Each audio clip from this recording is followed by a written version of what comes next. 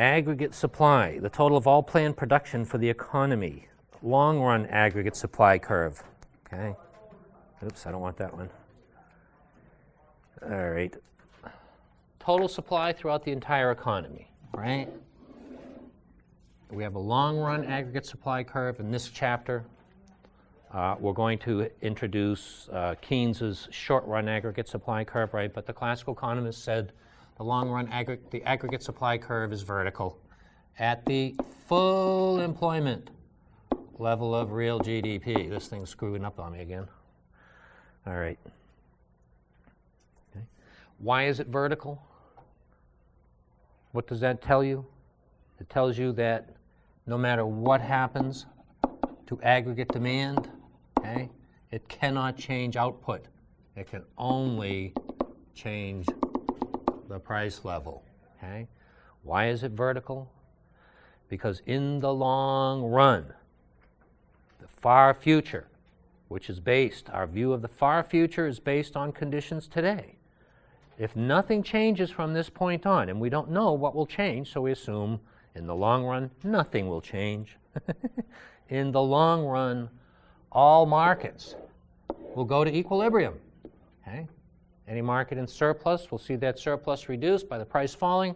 Any market in shortage will see that eliminated by the price rising. And then we're in equilibrium in every market, including, most importantly, the labor market. There will be no unemployment in the long run. Once we achieve full employment, we are out here on the curve, on the PPC. And even if prices go up, we cannot produce more under normal circumstances, right? That once all resources are being fully utilized, we are achieving maximum possible production. And under normal circumstances, even if prices go up, we cannot produce more, okay? So the long run curve is vertical at the full employment level of real GDP. Aggregate demand is the sum total of all demand in the economy for all goods and services, right?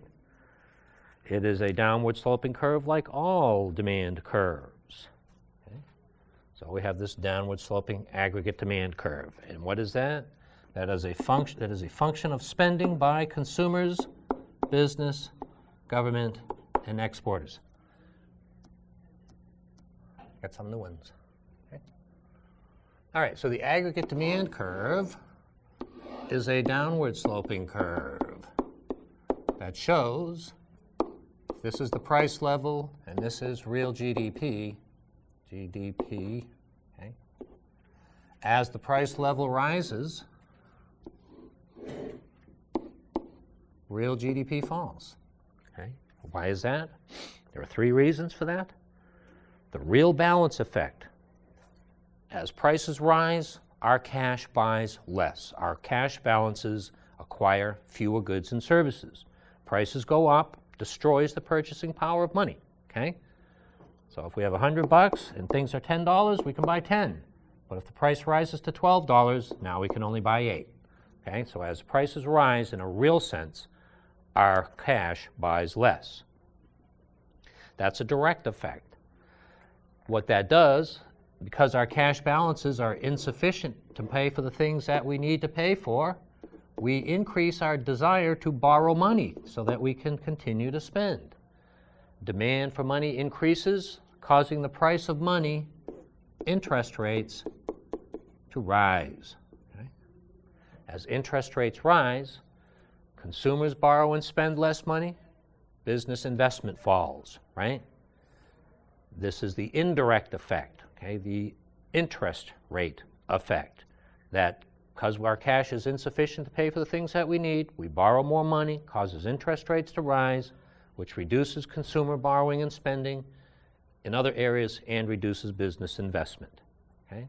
And then finally, if our prices rise relative to those of other countries, our exports become more expensive, imports become cheaper, net exports falls, okay? The open economy effect, and it's called open economy because you have to be a trading nation, okay, which virtually all nations on the planet practically Is there one country that doesn't trade at all? No, not one. Although there are some that are pretty isolated, right? Particularly North Korea. Okay. Those crazy guys in North Korea. Wild and crazy guys.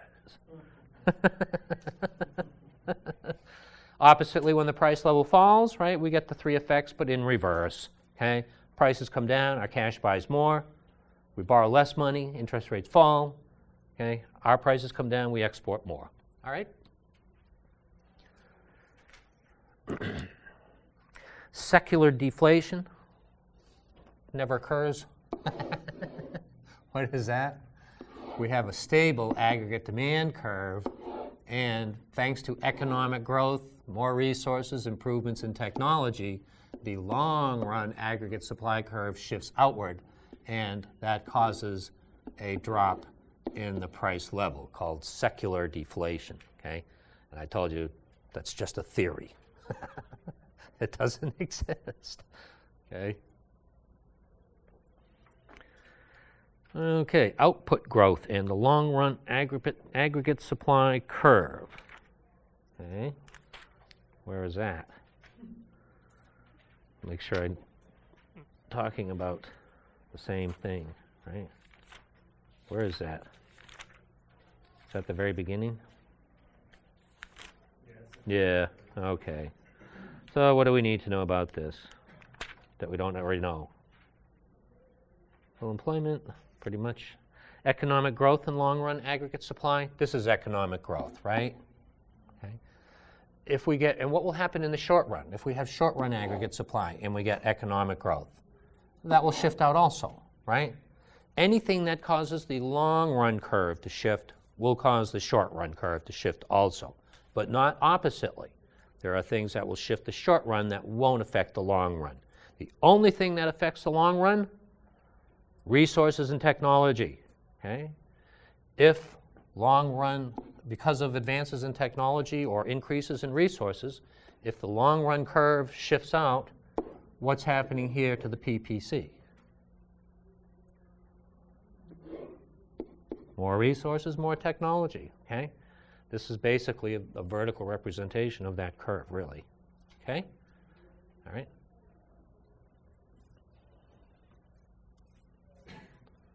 So increases, that's what causes secular deflation. But why don't we get secular deflation if we do get these advances in technology? Do you know? Okay? It shifts out, price level doesn't go down. Why not? Because what's happening at the same time? AD is shifting out also. Okay? So the price level remains the same. All right? You're going to get some questions, I think, by the way. No, actually in the homework we'll look at that. It's in the homework. Both curves are shifting at the same time, and it's going to give you a situation like the economy grew a little bit, but inflation went up a lot. Okay? We'll look at that.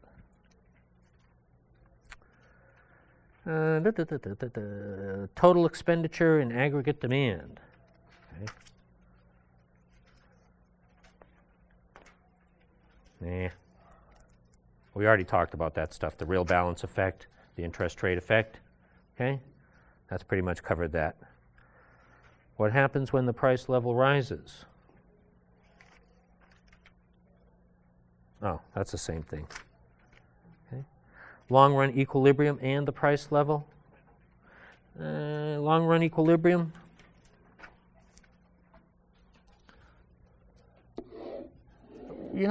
Mostly when we talk about long-run equilibrium, okay, we're going to have all three curves, not just the long-run curve, not just the aggregate demand curve like in this chapter, but we're also going to include short-run aggregate supply.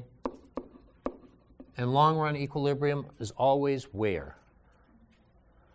On the long-run curve. Okay? So if we start here with a price level of 100, aggregate demand shifts out,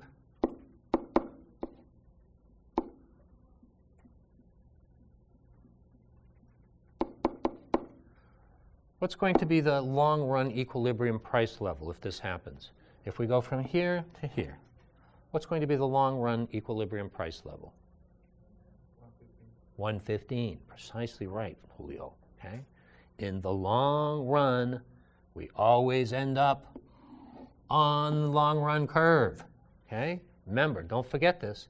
Any GDP to the right or to the left of full employment is temporary in this classical model. Okay? Adjustments will always be made to bring us back to full employment. All right? So if we shift out here, we start here, and the government doesn't do anything, we shift out here, eventually costs are going to catch up, supply curve is going to shift in, and we're going to end up there. Okay? 115. All right?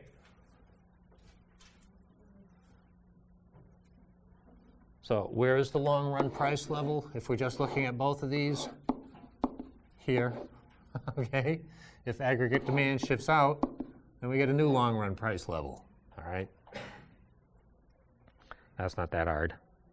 Okay. What causes inflation? Pretty much aggregate demand shifting out, right?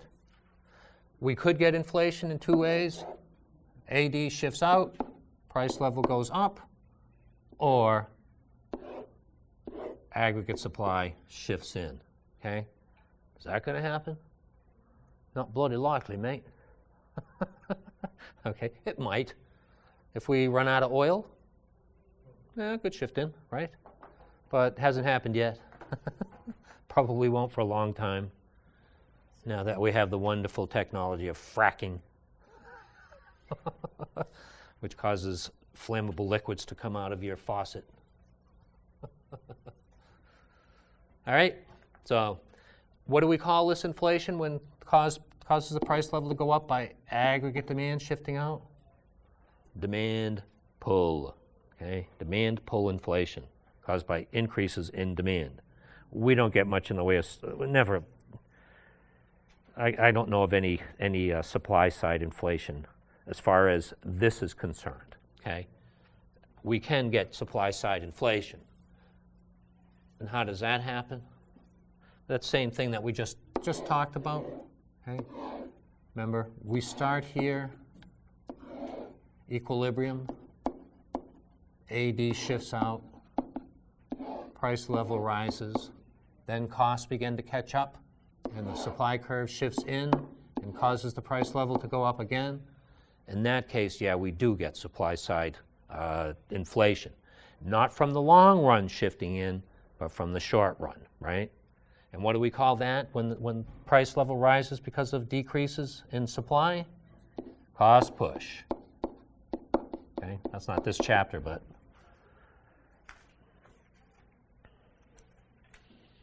all right, that's it for that chapter. What did Say's law say? Eh? Oh no, let's do the homework problems. Okay. 10-4. Good buddy. Suppose that the position of a nation's long-run aggregate supply curve has not changed. Okay, let's get a fresh one up here. I'm sorry? 10-4? 10-4 on page 226? 10-4? Okay. Now, LRAS has not changed, but the price level has gone up. So what had to happen? AD had to shift out. Okay? Increases in spending by any of these groups going to shift AD out. What will cause that? A rise in the value of the domestic currency relative to other world currencies. So we go from $1 equals one foreign currency to $1 equals two foreign currency. Will that cause AD to shift out? No. Why not? In the past, that's not going to increase exports, it's going to decrease them. Okay? It's going to cause it to shift in. If we go from $1 equals one foreign currency to two, it takes them twice as much now to buy a dollar's worth of our exports. Okay? So that's not going to do it. How about B, an increase in the quantity of money in circulation? Now, yeah, that will do it. This chapter doesn't talk about that. That's monetary policy, and that's how we do stimulate the economy, by pumping more money into it, and that would do it. If there's more cash floating around, what's going to happen? People will spend more, okay? Not only that, but they'll put more money in the banks.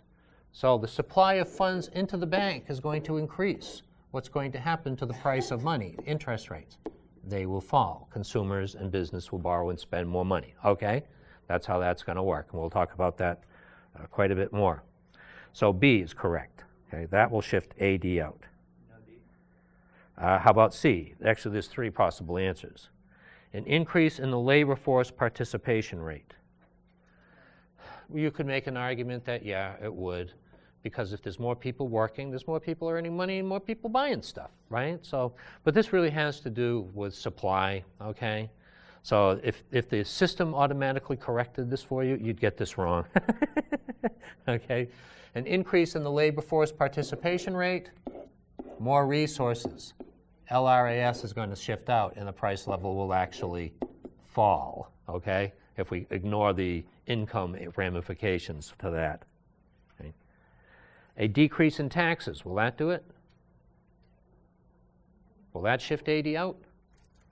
Hell yeah. We're just talking about fiscal policy, right? Cut our taxes, we have more money to spend, we buy more stuff. All right? A rise in the real incomes of countries that are trading partners. Will that do it? Sure. If they're making more money, they'll buy more stuff, including our stuff. Exports will increase. Aggregate demand will shift out. And finally, increased long-run economic growth? No. That's going to do this. Okay? Economic growth means long-run supply is going to shift out, and the price level will go from here to there. Okay? All right with that, you guys? Okay. So anything that's going to shift AD out has to increase spending by one or more of these parties. Okay? 10-8, similar problem. Assume that the position of a nation's aggregate demand curve has not changed. Okay? So the AD curve has not changed. And what happens? The price level goes up or down? The price level has gone down. Okay? So if AD is stable and the price level went down, what had to happen? LRAS had to have shifted out so that the price level would drop. Okay? What will cause LRAS to shift out? Resources and technology, right? And which one? An increase in, that's true. Okay, this is an important thing. That we can get increases in output by increased labor productivity, okay? What does that mean? More output per worker hour. What would cause us to produce more per hour as a worker? Two things would. Okay? Your buddy got laid off and you're worried about your job.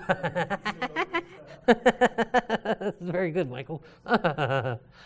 That's often what happens. When people get laid off, the other people that are left behind have to pick up the slack. Plus, they want to work their butts off because they don't want to be seen as the next target to get laid off. So the people that are left in a company live in fear and work. Right? It's terrible. All right, so, but an increase in labor productivity? Yeah. What would cause that? More skills, better training, education, okay? They have a program to teach you how to do your job better. All right, that would do it. So what else? Better technology, right? You have a better machine to use, you can produce more per hour, all right? So if we get increases in productivity, more output per hour, LRAS will shift out. That will do that, okay? A decrease in capital stock in the number of machines? No, that would shift it in, right? That would be less resources. LRAS would shift inwards, not out. A decrease in the quantity of money in circulation. Will that shift LRAS? No, nothing to do with resources or technology. The discovery of new mineral resources? Yes, that will shift it out. And E, technological improvement would also, right? Okay, one more. I got a couple more. You're lucky I didn't give you this homework. There's 3 more problems in this section alone. 10-12. Explain whether each of the following events, I think this is a useful exercise to go through for sure. Okay?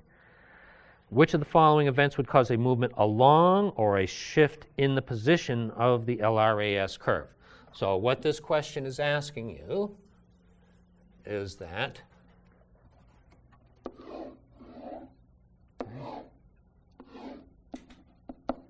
will the situation described cause LRAS to move out, or will we move up the curve because AD has increased? Okay?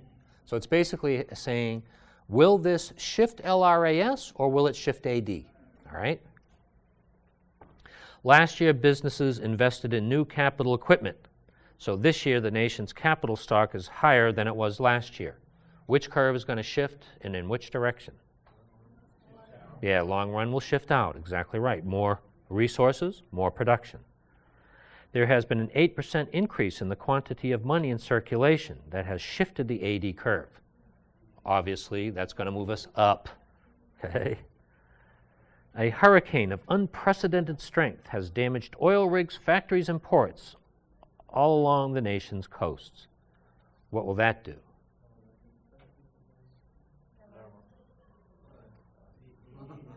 That's right. It will shift, not AD, but LRAS. It will shift in. Loss of resources shifts in, right? So if we lose oil rigs and production equipment, there will be less production, and it will shift in.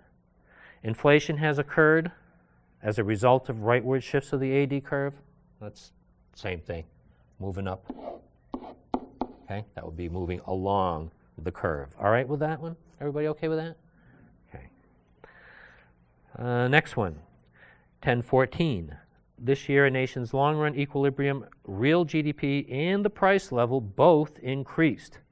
Which of the following combinations of factors might simultaneously account for both occurrences?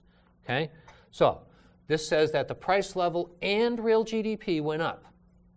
So what does that mean? Both curves have to be shifting outwards, right?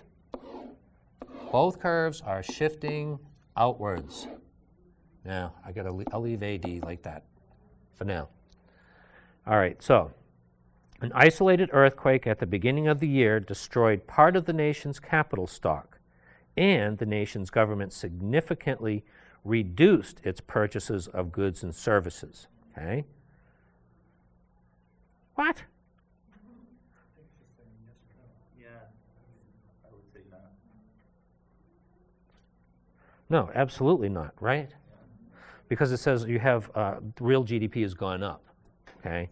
So if there's an earthquake that destroys capital, then what's going to happen? LRAS is going to shift in, okay? And what will also happen? AD will shift in also, right?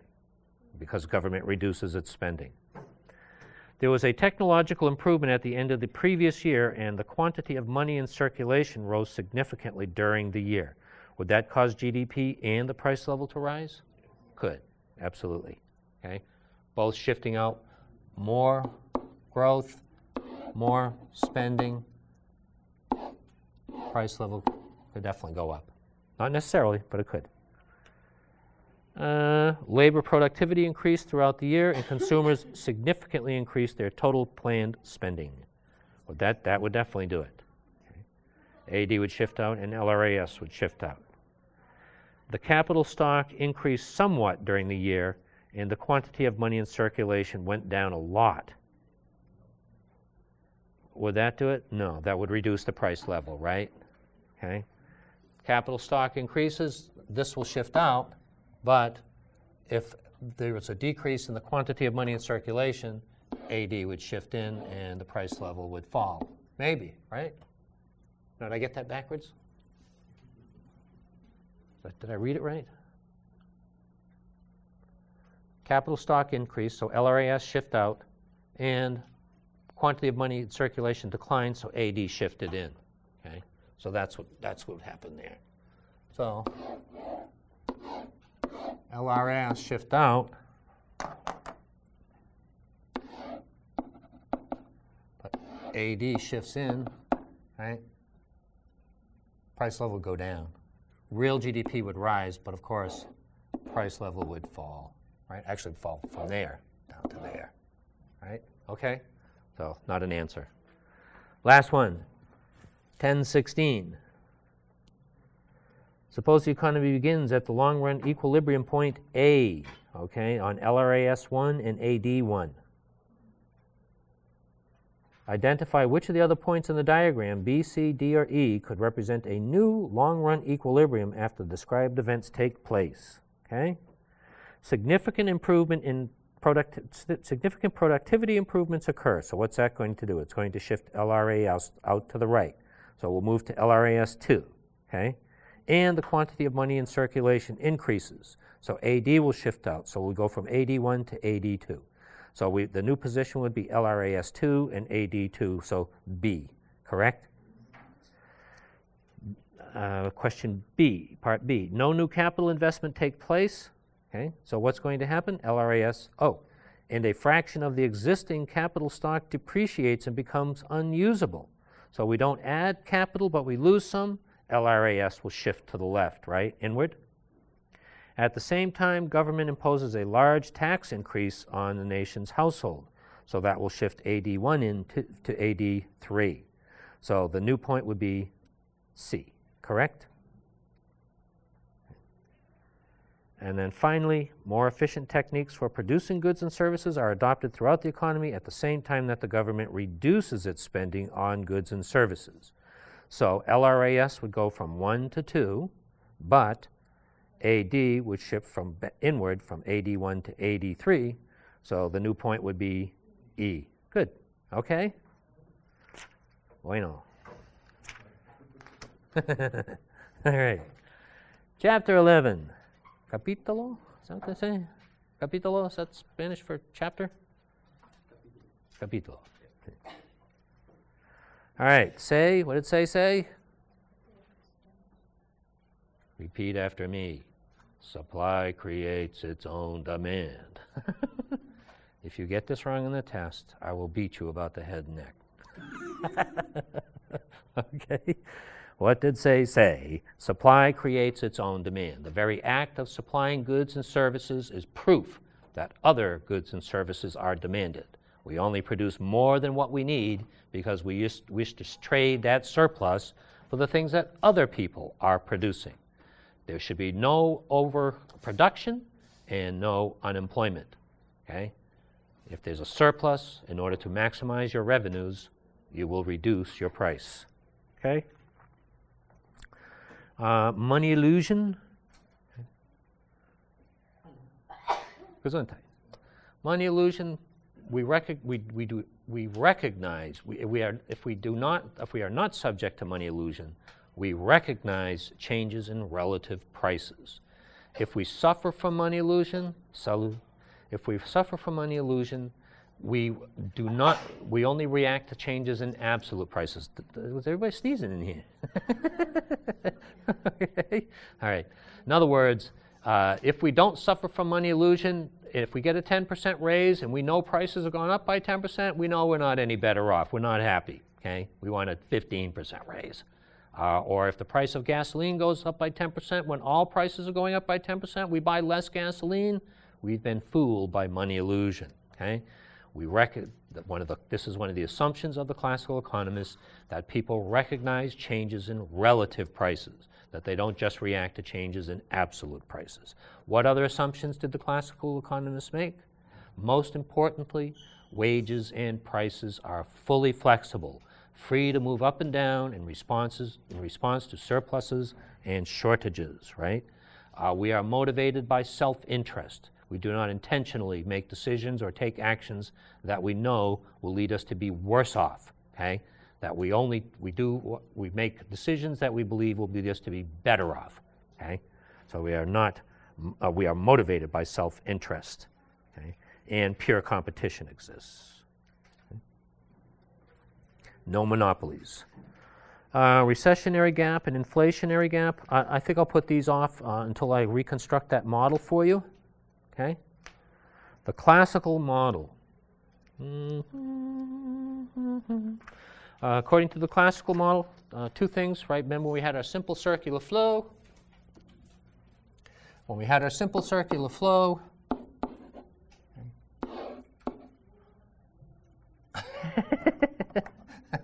that's not the way it looks. Right? Okay, business firms on this side and households in the other. We work, they pay us. We take our money and we buy the stuff that we work to produce, goods and services, all right? And the problem with the flow is that the simple circular flow, we don't save any money. That would be a leakage, right? That if we save money, this flow is going to shrink and shrink and shrink because we have left money to spend. So two things are true, right? Well, any money that we save will be borrowed and re-injected back into the economy by business in the form of investment. Why? Because in the classical view, interest rates will always adjust to ensure that the amount of money we save, okay, will be borrowed by business, all right? That if interest rates are high, we'll save a lot, business won't borrow much, banks are going to find they have too much money. In order to attract more borrowers, they will begin to lower interest rates, okay? So in this market, in this view, this classical view, interest rates will always adjust to ensure that investment and savings are equal, okay? We will have equilibrium in the credit market. Again, also in the labor market, we will reach equilibrium there. Wages and prices are fully flexible. So if there's a surplus of labor, the price of labor will fall, okay? Remember, this is what Keynes said, this is the problem. Price of labor can't fall. Price of labor can't come down. The price of goods and services made with that labor can't come down. So even if there's a surplus of raw materials, parts, and components, and labor, that adjustment's never going to be made in the economy because these prices aren't going to come down, costs aren't going to fall for the suppliers, the economy's not going to pick up, okay?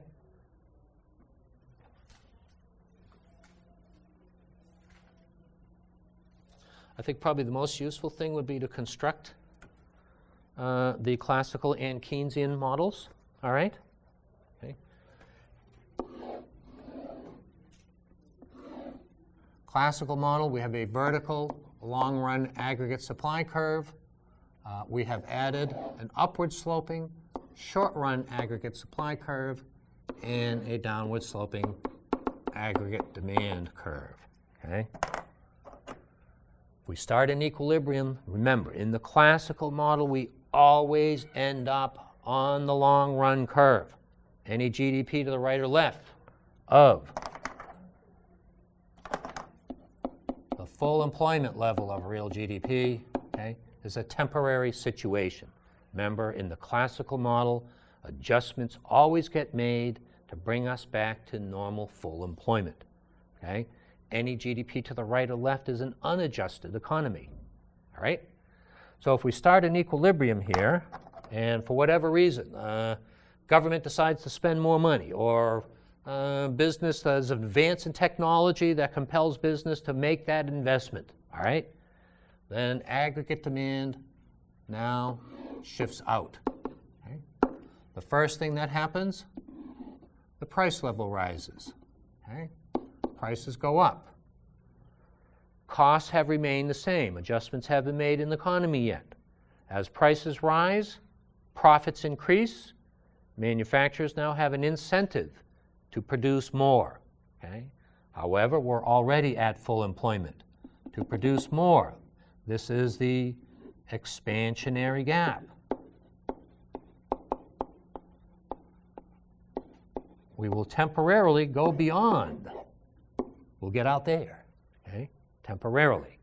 If this represents full employment, any GDP to the right represents more than full employment, meaning OT, overtime. The only way to produce more is to go into overtime production. Workers working 2 shifts, coming in on weekends, okay? Machines, instead of running 8 hours a day, 24 hours a day. Now, again, the short-run aggregate supply curve gets more and more steep, more and more vertical. We go from here to here, right? Output increases, but the price level also rises. We go from there to there, well, output doesn't increase, but the price level rises a lot. Why? Even in overtime mode, there's a limit to how much we can produce, how long workers can work, and once your machines are running 24 hours, you can't produce any more than that. You've met the maximum, okay? So that's why it gets more and more straight up, more and more steep. Okay? So AD shifts out, we get what kind of inflation? Demand pull. Okay? Aggregate demand shifts out, price level rises, costs remain the same, profits increase, manufacturers will want to increase output, but the only way they can do it is to go into overtime production. Okay? Now adjustments are going to be made in the economy. Costs are now going to begin to catch up. Right? When we were at the full employment level of real GDP, we needed that amount of labor, raw materials, parts, and components. But now that we're in overtime production, demand for these has increased, which is going to raise the price of parts, components, labor, raw materials. Okay? As costs now begin to rise, the short-run aggregate supply curve will shift in. And now what happens? We go back to normal full employment, real GDP. Costs have gone up. I'm no longer making those profits. No reason to pay you time and a half to work extra hours. Okay? So I'm going to cut back production. No longer working overtime. Machines are going to be breaking down anyway. I need to take them down for repair. Okay? Aggregate supply will shift in. As costs rise, profits fall. And now we end up here. And we get another hit of inflation. This time, cost push. Demand pull caused by demand shifting out. Then when costs catch up, supply curve shifts in. Price level rises again because of cost push. All right? And the only change in the long run, higher price level. Okay? Higher price level. All right with that? What happens if we start in a position of equilibrium and the rest of the world goes into a recession? Okay? So that our exports fall. Now what will happen? Aggregate demand will now shift inwards. Okay? If this represented full employment, real GDP, any GDP to the left is less than full employment, meaning unemployment. Okay? So now we have unemployment. Now there's a surplus of labor. What will happen to the price of labor? It will fall. What happened? The demand for labor decreased. Now that surplus of labor will cause the price of labor to go down. In the classical model, remember, right? Wages are free to move up and down in response to surpluses and shortages. So, surplus of labor, thanks to we're producing less, we're not producing here anymore. And what do we call the difference between here and here? If this is 10 trillion and that's 9 trillion, we have a $1 trillion recessionary gap.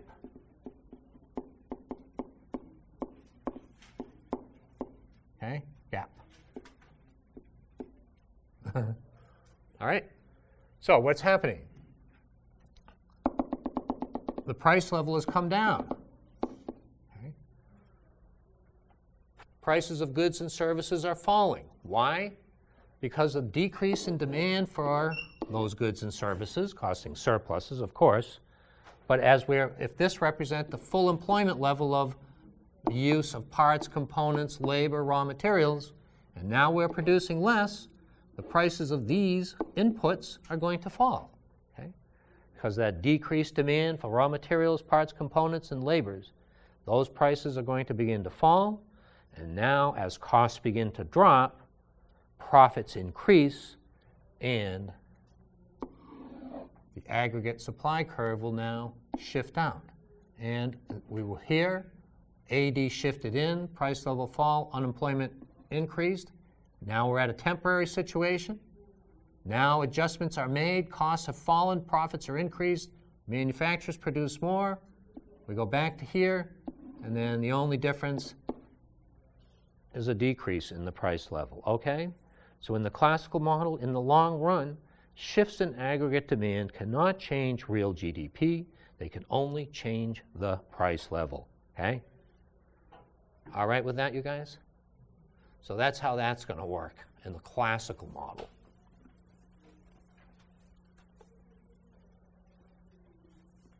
So in Keynes' model, completely different. Okay? Keynes said that the short-run aggregate supply curve is not upward sloping. it's horizontal. SRAS is horizontal. Okay? Why is that? Because prices and wages are sticky downwards. Okay? Thanks to long-term contracts with unions. Remember, this is Keynes' time in the 1930s or earlier. Lots of people were in unions. Okay? Thanks to long-term contracts with unions and with other people not in unions, managers with long-term contracts. Okay? That even if these people lose their jobs, the union's not going to cut a deal to lower wages. Okay? So that the price of labor is sticky downwards, hard to bring down thanks to these long-term contracts. And again, we don't have anywhere near as many people in unions as a percentage of the labor force as in Keynes' time. So what does that do, that long-term contract? It acts as a price floor. Okay? Keeps the price of labor from going down, that even if there's a decrease in demand for labor, sorry, you're a union. You can't work for less than $18 an hour. Okay? Right? Now, we don't have so much of that today, but we do have a different price floor, minimum wage. Okay? So the effect may not be quite the same. In fact, Keynes's curve may be more kind of upward sloping. You know, not easily brought down, but still possible. Right? But in Keynes's time, because the price of labor can't come down, the price of raw materials, parts, and components made with that labor can't come down either. If those prices can't come down, costs can't fall, profits can't increase, supply curve's not going to shift out, production's not going to increase, employment is not going to rise, okay? All right?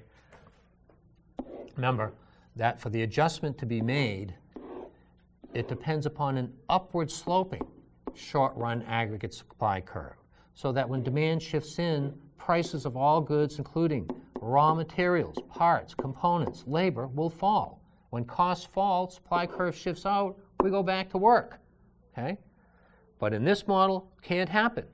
Thanks to the price floor in labor markets, okay, that even if there's a decrease in demand for labor, the price is going to stay here, $8 or whatever it is. And if I can't pay you less, then I can't, that acts as a price floor in the parts, components, and raw materials area also, okay? If I can't pay you less, I can't charge less. So these costs are not going to fall. And if these costs don't fall, profits don't increase. And if profits don't increase, output doesn't increase. And if output doesn't increase, employment doesn't rise. Okay? So Keynes said, government's got to do something. These adjustments aren't going to be made. Okay? That if we're back here, government needs to either cut our taxes or increase their spending to shift AD back out. Okay? That adjustments will not be made in the economy unless government forces them to happen, increases employment. All right? Oh, where does supply-side economics come in? What chapter is that in? We didn't talk about that. Supply-side economics? Okay. Remember, is that in one of these chapters? Or is that in fiscal policy? I don't remember. If we are back here in a recession, we have two choices, okay? If we're back here, we can stimulate aggregate demand. Government can spend more money or cut our taxes or do something else, okay, to get AD to shift out, and we go back to full employment that way. But there's an alternative, okay, that if we are, sorry, I think I'll redo that one.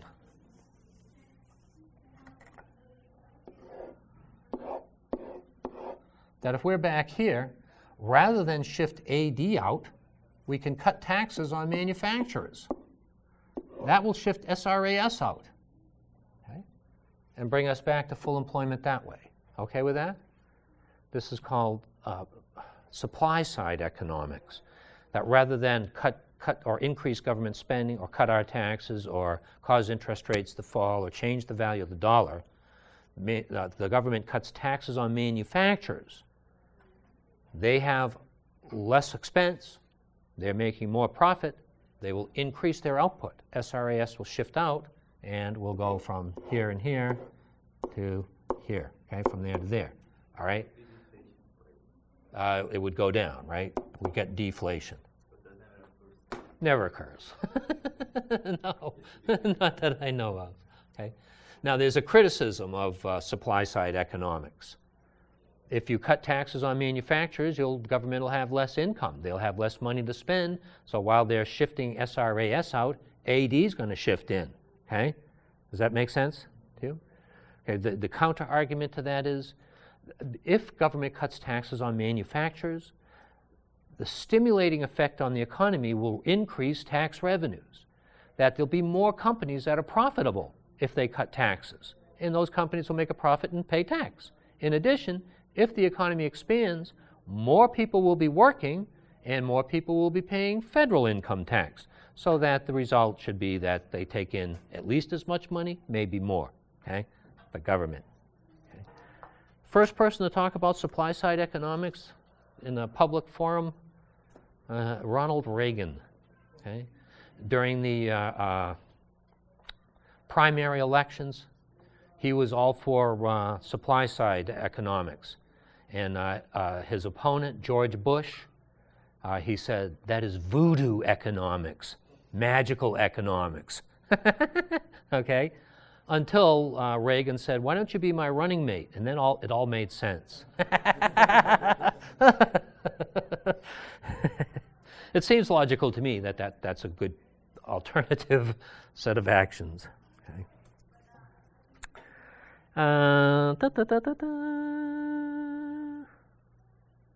All right. Shifts in the short-run aggregate supply curve. Okay, remember, we've got two curves here, short-run aggregate supply and long-run. What will shift long-run? Technology and resources, labor productivity too, okay? Will that shift the short-run? Absolutely. If we can do more in the long, we can do more. If we get an advance in technology now, we can do more now and in the future, okay? However, if their profits increase, if costs fall and profits increase, will that change what we can produce in the long run? No, that depends upon full employment, resources, and technology, okay? But will that change what we produce in the short run? Absolutely, okay? So changes in costs and profits will shift the short run, but not the long run. Changes in resources and technology will shift long and short. Okay with that? Okay.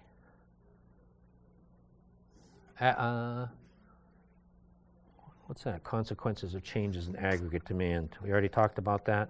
Fixed versus changing price levels. Sure. Okay. If AD shifts when the price level can change, right? AD shifts out. Some of that increase in aggregate demand will be translated into more GDP, and some of it will be translated into inflation. But if we are on the Keynesian flat SRAS curve, changes in aggregate demand cannot change the price level. It is fixed. It can only change real GDP. Okay with that? All right? So I'm going to do a summary again for you. I know you've probably written this down once already or twice maybe already. All right. So we've got classical model. Okay. Keynes's model. Wages, prices, flexible. Okay. Free to move up and down. Keynes, wages, and prices are sticky down. Okay, and this is the key difference. All right. Number two, real GDP is 100% supply. Okay, it's the position of the long-run curve at full employment that determines what we can produce. Okay. Keynes said, nope. Real GDP is 100% demand. Okay? If AD is here, real GDP is there. If AD shifts in by this amount, real GDP will decline by the same amount. Okay? 3, changes in AD cannot change real GDP. Okay? Changes, delta, in AD only change the price level. Okay? Remember, in the long run, we always end up there. So changes in aggregate demand can't change GDP, can only change the price level. Right? Just the opposite for Keynes, because it's a horizontal. Okay? Changes in AD change real GDP. Okay? Changes in AD cannot change the price level. It's horizontal. Okay? Long-term unemployment, not possible. Okay? If you are surplus labor, the price of labor will fall. Right? Then you will be absorbed. You will be assimilated. What's that from? Resistance is futile? No? Star Trek, the Borg? No? Right? Long-term unemployment is not possible. Keynes, absolutely. As we saw in Chapter 12, long-term unemployment is possible. Okay? And again, we don't want to be long-term unemployed anyway. Right? We want to get a job right away. 6, economy is self-correcting, managing. Okay? Keynes, sorry, economy cannot fix itself. Okay? There's no mechanism to cause costs to fall so that profits increase, output increases, employment increases. Okay? Classical model, no government action required. Economy is self-adjusting. Keynes is, no, we don't have that mechanism. If we want more employment, government has got to take fiscal policy actions. Government action is required. Okay. All right? Just the opposite. Okay with that one?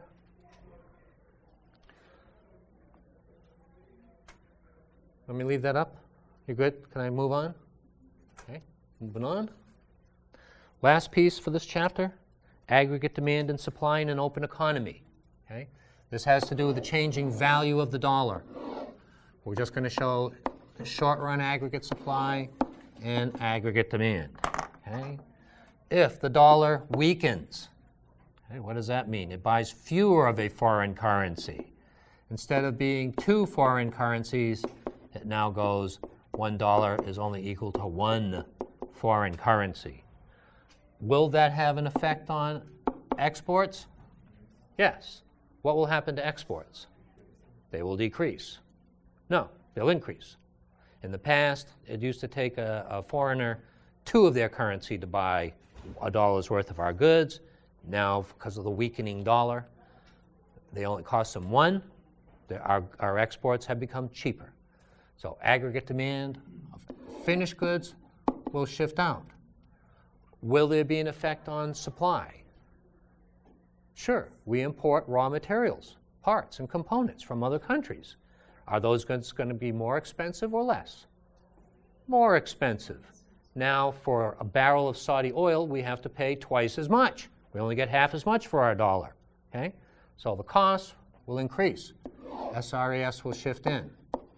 What will happen to the price level? It will increase.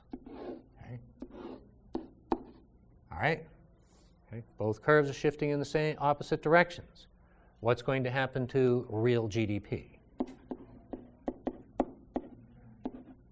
Undetermined. Cannot determine it. Do not know. Depends on which effect is greater. Does the changing value of the dollar affect exports more than imports of raw materials? Okay? Then GDP will fall.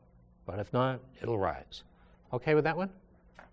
But one thing we know for sure, that if the value of the dollar weakens, price level rises. Okay? All right with that one? Okay, that's any questions on chapter 11? How are we doing? Plenty of time. Okay. All right, chapter 12. I'll put up another one. They're free. Dissaving. Okay. That's the opposite of saving, right? When we are spending more than we are earning, in order to spend more than we earn, we have to engage in dissaving. Dissaving can be drawing down your bank accounts, your cash balances, spending money that you've saved. It can be selling things that you own, piece of property, your jewels, or it can be borrowing money. Okay? We're not saving, we're dissaving if we do any of those three. Autonomous consumption, this is spending that does not depend upon our income. No matter who we are, where we are, we have to spend a minimum amount to live. Oh, thank you. You're right. Chapter 11. Thank you, Israel. I actually only had 2. Okay, yeah, then we'll get back to chapter 12 again. All right, problem 11-6. Okay. On page 248. Suppose there's a temporary but significant increase in oil prices in an economy with an upward sloping SRAS curve. Like, what other way is it going to slope? Okay. We have SRAS and AD. We'll put that in there. Okay. There's a temporary but significant increase in oil prices. So what's going to happen if oil prices rise? SRAS will shift in. Okay? And what will happen to the price level? It will go up to there. How can we keep the price level here? By shifting in AD. Okay? Remember I told you that the policymakers, monetary policymakers, would much rather see inflation, okay? Would much rather see unemployment than inflation, all right? Most often. So how do we, what does it say? What's the question? Should they increase or decrease the amount of money in circulation to keep the price level from rising? Decrease, yes. If they decrease, consumer borrowing and spending falls, business investment falls, AD shifts in, price level remains the same. Okay? And then 11-12. Okay. Consider an open economy in which the aggregate supply curve slopes upward in the short run. Firms in this nation do not import raw materials or any other productive inputs from abroad, but foreign residents purchase many of the nation's goods and services. What is the most likely short-run effect on the economy if there is a significant downturn in economic activity in other nations? Okay? What's going to happen? That shouldn't be too hard. That's easy, frankly. It's a terrible question. Okay? Exports go down, what's going to happen? AD is going to shift in. Price level will fall. Real GDP will fall. Unemployment will rise. Okay? That's an easy one. Wonder why they did that. They should have talked about changing value of the dollar instead, but that's all right. Okay? Any questions on those? No. All right. Another look at definitions and relationships. Okay, the first one is that out of our income, we have 2 choices. We can either spend it or save it. The 2 pieces have to equal the whole. Consumption plus savings equals our disposable income. Okay? Cannot be anything else. If I have $100 and I save 20, by definition, I spent 80. Okay? Any other relationships we need to look at? Relating income to saving and consumption. Remember, the classical economists said how much we save depends upon interest rates. At high interest rates, we'll save a lot. At low interest rates, we'll save less. Keynes says that's nonsense. How much we spend and how much we save have to do with incomes, not interest rates. That if we're not making enough money to pay our bills, no matter what interest rates are, we won't save anything. But if we're making a ton of money, more than we need, no matter what interest rates are, we will save something, okay? All right. Determinants of planned consumption and planned savings. What does that mean? I don't know. Okay, let's construct our Keynes' model of income. Okay.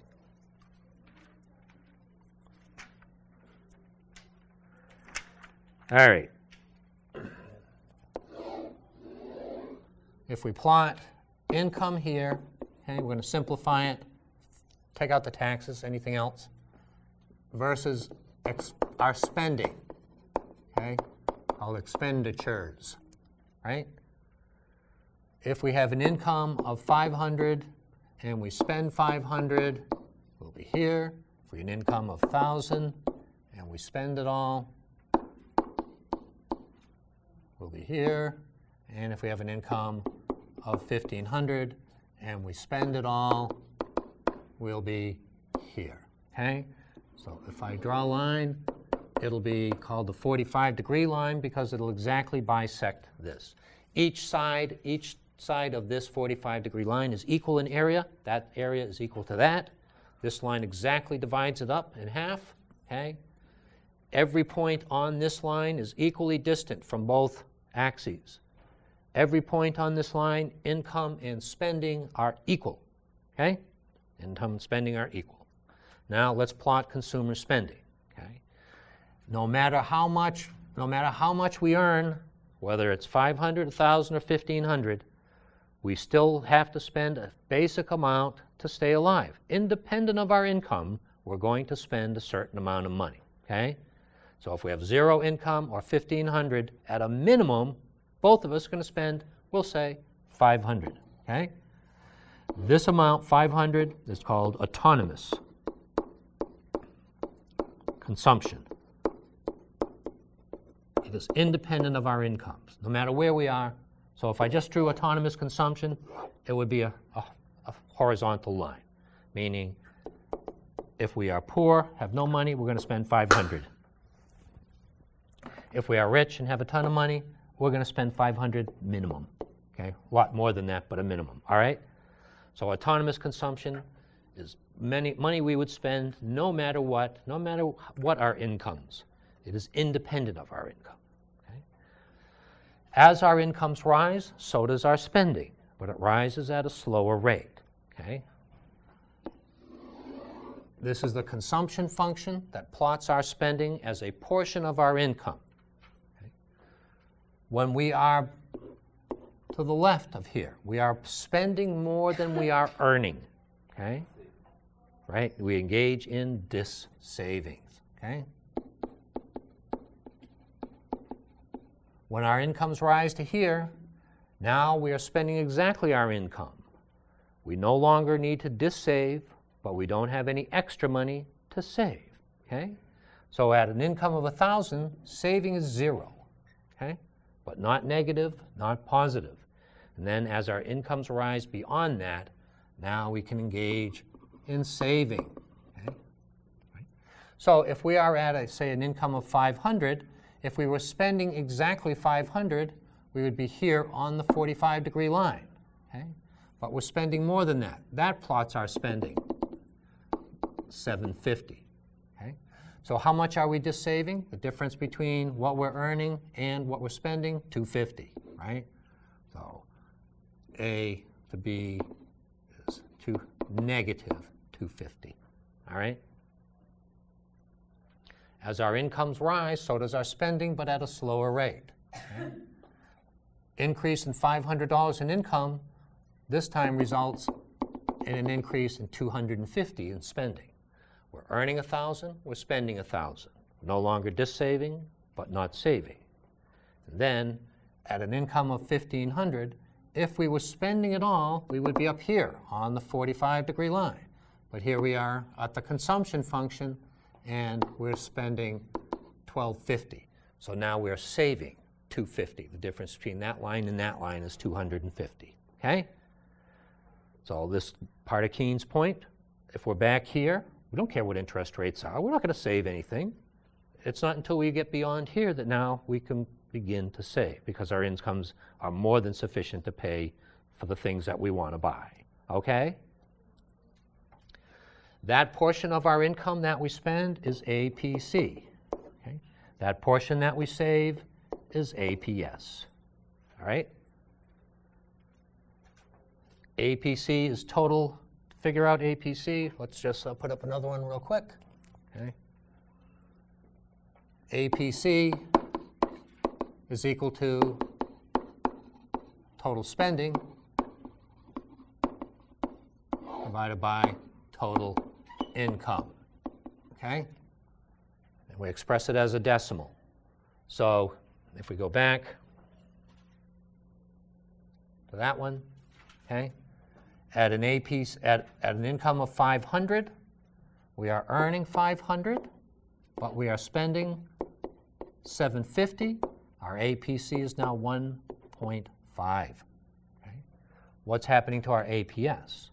We have negative 250. We are dissaving divided by 500 equals a negative 0.5. The two pieces equal the whole. That portion that we spend plus that portion that we save have to equal it all. Okay? So APC plus APS equals 1 when we express these values as a decimal, okay? All right, and so APS is total savings,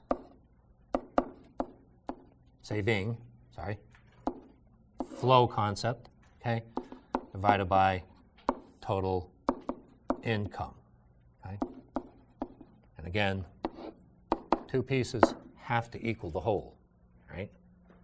So if we go back to here, APC, when we are dissaving, we're spending more than all of our income, so APC has to be greater than 1, okay?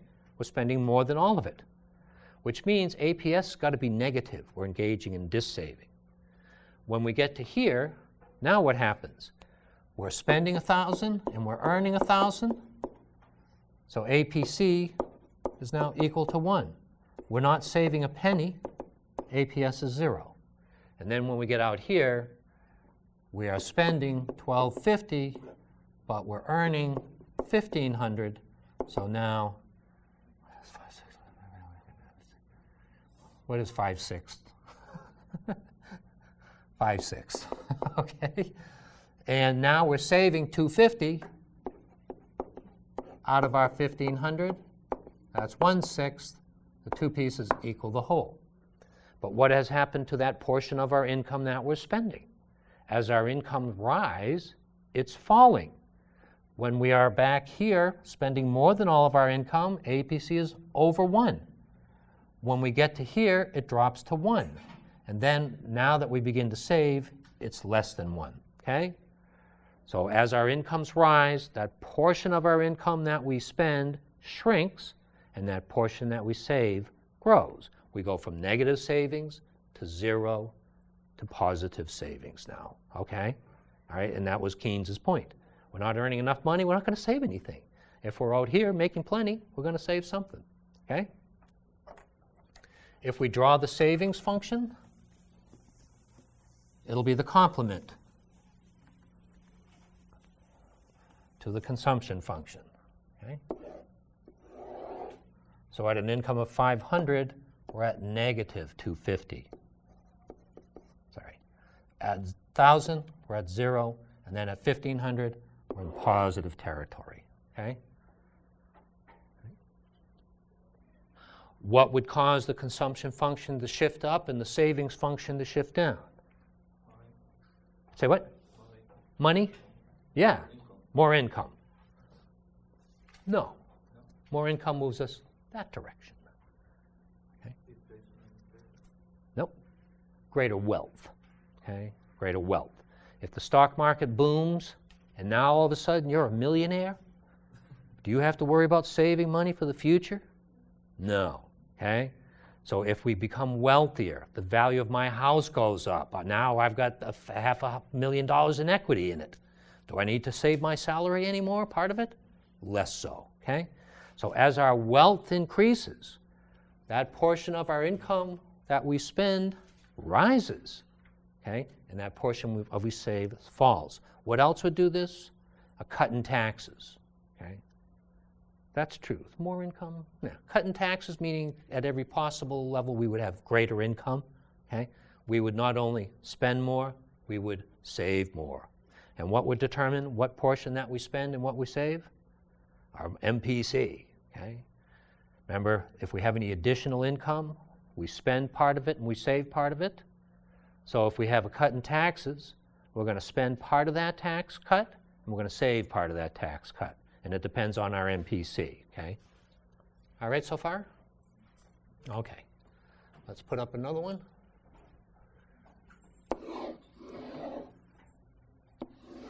"45-degree line. Add the consumption function, but that's not the only spending in the economy. We have to add business investment, okay? Remember, business investment depends upon interest rates. At low interest rates, business invests that amount. At high interest rates, they invest less. Okay? Does it depend upon our national income, how much business invests? No. It depends upon interest rates and the availability of profitable investments. Okay? So if interest rates are here, business will invest, say, $8 billion. It doesn't matter whether our income is $500, $1,000, or $1,500. They're going to do the same. So if we just put business investment in, this is our national income, okay, it would be a parallel line, a horizontal line. So if we add business investment, it's the same across the entire range. This line is parallel to that. It is autonomous. Business investment is autonomous of our income. It depends on interest rates and possible profitable investments, not on our national income. Same thing is true for government spending. It's a political process. Government decides we want to spend this amount of money, and it doesn't matter what our income is, that's what they're going to spend. So if we add government spending, we get another parallel line. And then we're going to go with the idea that exports are also autonomous, that they are independent of our national income. They depend upon economic conditions outside of the country. If the rest of the world is doing well, we export a lot. If they're not doing well, we don't export so much, okay? I tell you, we disagree with it. The author even kind of disagrees with it, okay? But we're going to go along with that. But exports are also autonomous. So if we draw exports in, okay, this is where the economy is in equilibrium, where the CIGX line crosses the 45-degree line, where national income, real GDP, is equal to our spending, okay? Expenditures. All right? So let's move on to another one.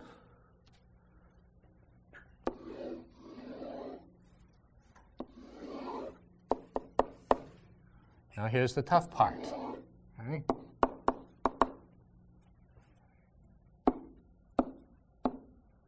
Remember, like in everything else in this course, we always go to equilibrium. If we are to the right, we'll go to the left. If we are to the left, we'll come to the right. Okay? If we are out here, let's say that's 10, that's 12, and that's 8 trillion. Remember, this line, because total income and total output are equal, real GDP, same as our income, okay? If we are out here producing $12 billion, trillion dollars, whatever they are, okay, manufacturers' expectations are not going to be fulfilled. They are producing and we are earning $12 billion worth of goods, but we're not buying it all. Okay? If we were buying it all, we'd be up here on the 45-degree line at 12. But here's our spending. It's only 11. Business is producing $12 billion worth of goods and services, expecting us to buy it all. Okay? but we're only buying 11. So what's going to happen to business inventories, goods that are produced but not sold? They're going to increase. They built all these machines expecting us to buy them, but we didn't buy them all. So inventories, goods that have been produced but not sold, are going to increase unexpectedly. You know, sometimes manufacturers intend to increase their inventory just so they'll have more goods available for when customers want them. But if inventories increase unexpectedly, unplanned, we don't want all these goods, then they're going to begin to lay people off and reduce production. National income and real GDP will fall. Okay? Conversely, if we are back here, businesses producing $8 billion worth of goods and services expecting us to buy it all, but we have a surprise for them. If we were buying it all, we'd be here on the 45-degree line. But we're up here on the CIGX line buying $9 billion. They are producing $8 billion, but we're buying $9 billion. Now, inventories are going to come down unexpectedly. Goods are going to fly off the shelf. Manufacturers are going to realize we are selling it faster than we're making it. We need to increase production, hire more people. Real GDP and incomes will rise. Once we are here, we are producing $10 billion and we're buying $10 billion. No reason to hire people back because inventories aren't falling. No reason to lay people off because inventories aren't rising. We are in balance, equilibrium. If we were out here and that represented the full employment level of real GDP, if the economy contracts, people will get laid off. This is a GDP less than full employment. But unless government takes action, this is where we'll stay. We will be with a permanent set of unemployed people. Okay? Government needs to do something to bring us back to full employment. What they need to do is shift up the CIGX line, bring us up to here now, the new equilibrium point. Okay? How can they do that?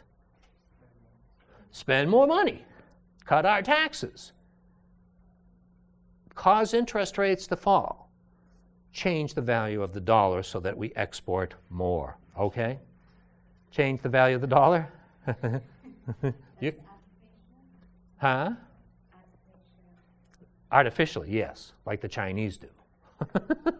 Okay? Sure. In fact, most countries at some point in time try to fiddle with their currency values because, I mean, there's two reasons why you want your currency values to be one way or the other. If you want to increase your exports, what do you want to happen to the value of your money?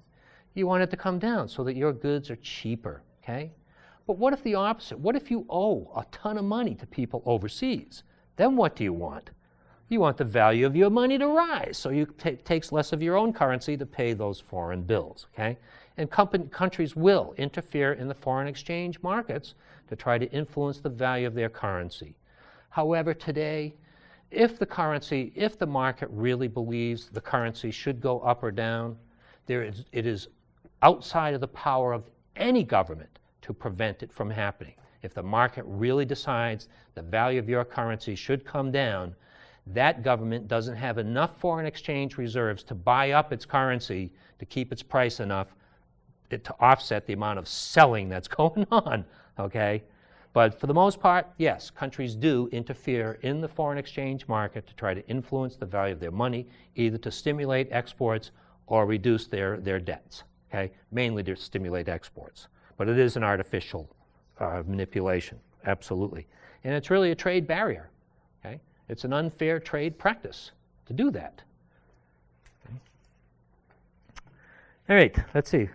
Now, so government has to take some actions to cause an increase in investment. And as we've seen, we don't need to have a $2 billion increase in spending to cause this to happen. We just need a small increase in spending because that spending will be translated into multiple spending, right? That we have oh, by the way, I never told you this. I'm not interested in the crude quantity of exchange or the velocity of money, okay? Don't care about that stuff. Too technical. We don't need that, all right? So I didn't even talk about that in this chapter, and I'm not going to. Crude quantity theory. Where is that? It's in here somewhere. Okay. Is it this chapter or is it another chapter? I don't even remember because I never talk about it. All right. It doesn't even look like it's even in here anymore. They may have taken it. Did anybody recognize those words? No? No? Oh, they must have taken it out. They must have known I never teach it. Okay. All right. Now, why is it that we only have to have a slight increase in initial spending? Because that money in part will be spent over and over again. Okay? When I get a $100 rebate from the government, I will save part of it and I'll spend part of it. So let's say I spend $80 of it. Whoever I spend that money on, they will do the same thing. They will spend part of it and save part of it. And let's say it's 80%, okay? That we're spending 80% and we're saving 20%. The next person who gets that 80 will spend 64. The next person that gets that will spend 50 bucks, we'll say. The next person who gets that 50 will spend 80% of it, 40, and then 32, and so on and so forth, all right? So even though $100 was spent initially, total spending in the economy will go up by a multiple of that, many times that, or at least a multiple of it, all right?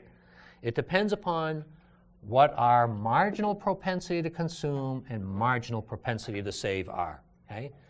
Just like we have an average propensity, an average inclination to spend part of our income, and average propensity, on average, we have an intention to save part of our income.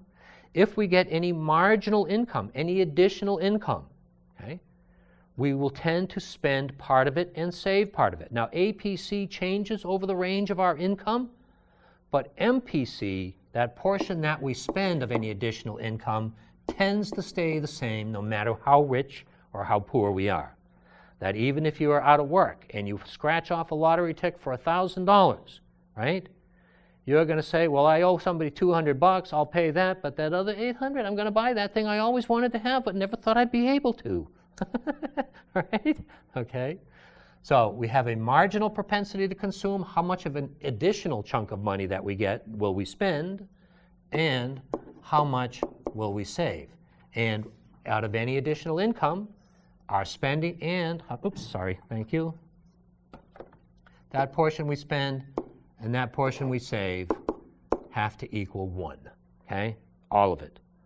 Now, the velocity, how much we spend depends upon how much of any additional income we'll save. And additional income is, you know, you got a gift from somebody, or you got a tax rebate. You know, you paid your taxes and you found out you paid them too much, $1,000, and they send you that money back, right?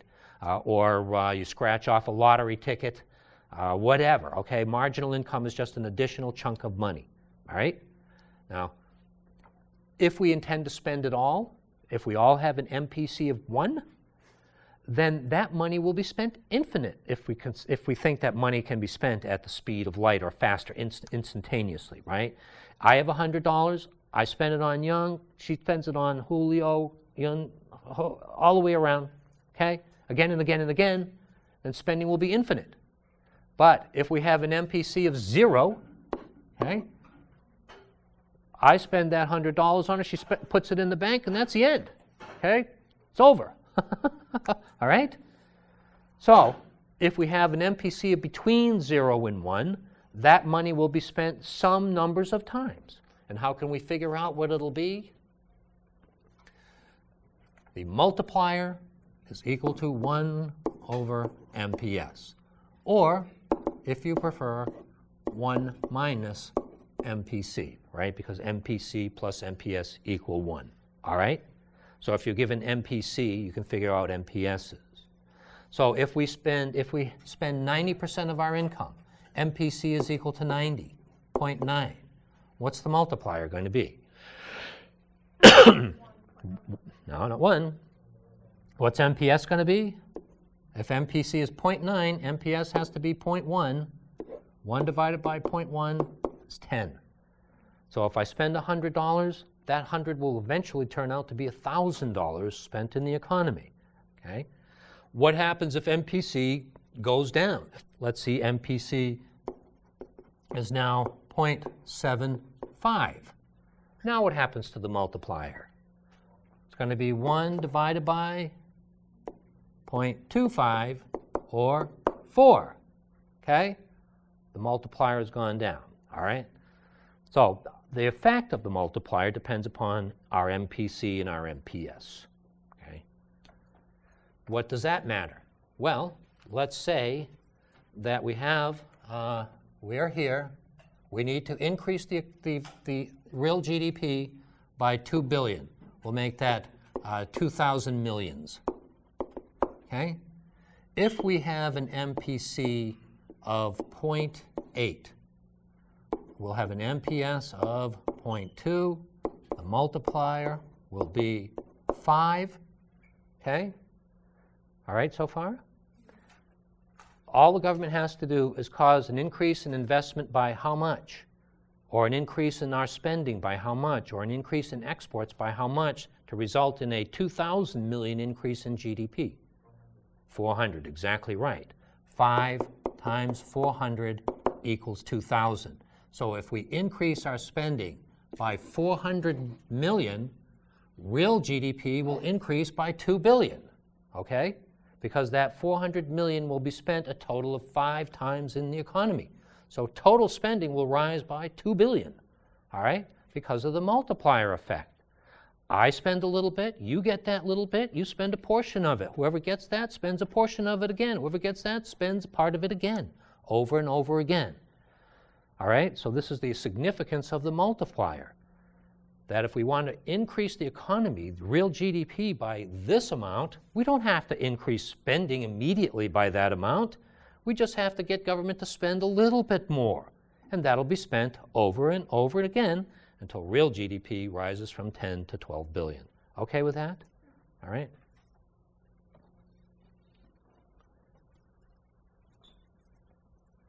Anything else we need to talk about in this chapter?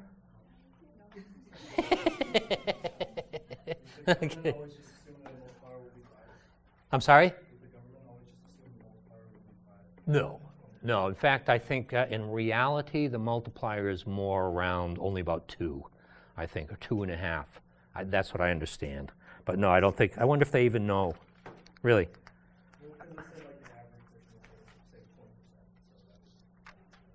Yeah, it would, if that's the case, but I don't know. By the way, remember, we can cause any of these lines, any of these spendings to shift up to bring us here. What would cause business investment? Oh, we already talked about this, didn't we? Yeah, cut interest rates. Or there's an advance in technology. It doesn't matter what interest rates are. If you don't buy that technology, you're going to lose out, okay? So even though interest rates might be high, if there's an advance in technology, at every possible interest rate, more money will be spent, okay? That would cause the investment function to shift out. Or you have expectations that the economy's going to grow hugely in the next year or two. You want to build a factory now, okay? Changing value of the dollar would cause exports to increase or decrease, right? And by the way, remember when we put these lines, in, C, I, and G, for the United States, if we add net exports, what happens? The line goes down, okay, because it's a subtraction, a negative, all right? Okay. I think there was one problem in here that I wanted you to do. Multiplier. Okay. Yeah, 12-4. Okay. Let's put up one more blank one. MPS 0.25. What's the multiplier? 4. Okay? 1 divided by quarter, 4. Right? MPC equals, what was it, 5/6? 5/6. What's the multiplier? Say what?